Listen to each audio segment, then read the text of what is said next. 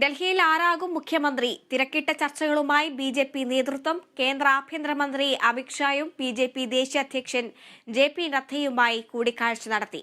ഡൽഹി നിയമസഭാ പ്രതിപക്ഷ നേതാവായിരുന്ന വിജേന്ദർ ഗുപ്ത ബി.ജെ.പി എം.എൽ.എമാരുടെ യോഗം വിളിച്ചിട്ടുണ്ട്. മോദിയുടെ വിദേശ സന്ദർശനത്തിന് ശേഷം സത്യപ്രതിജ്ഞ നടത്താനാണ് നേതൃത്വത്തിന്റെ തീരുമാനം.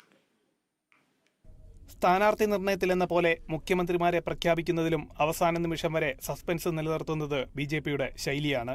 രാജസ്ഥാൻ, മധ്യപ്രദേശ്, ത്രിപുര, അരുണാചൽ പ്രദേശ്, ഹരിയാന തുടങ്ങിയ സംസ്ഥാനങ്ങളിലുണ്ടായതിന് സമാനമായ നടപടികൾ തന്നെയാണ് ഡൽഹിയിലും ഉണ്ടാകുന്നത്.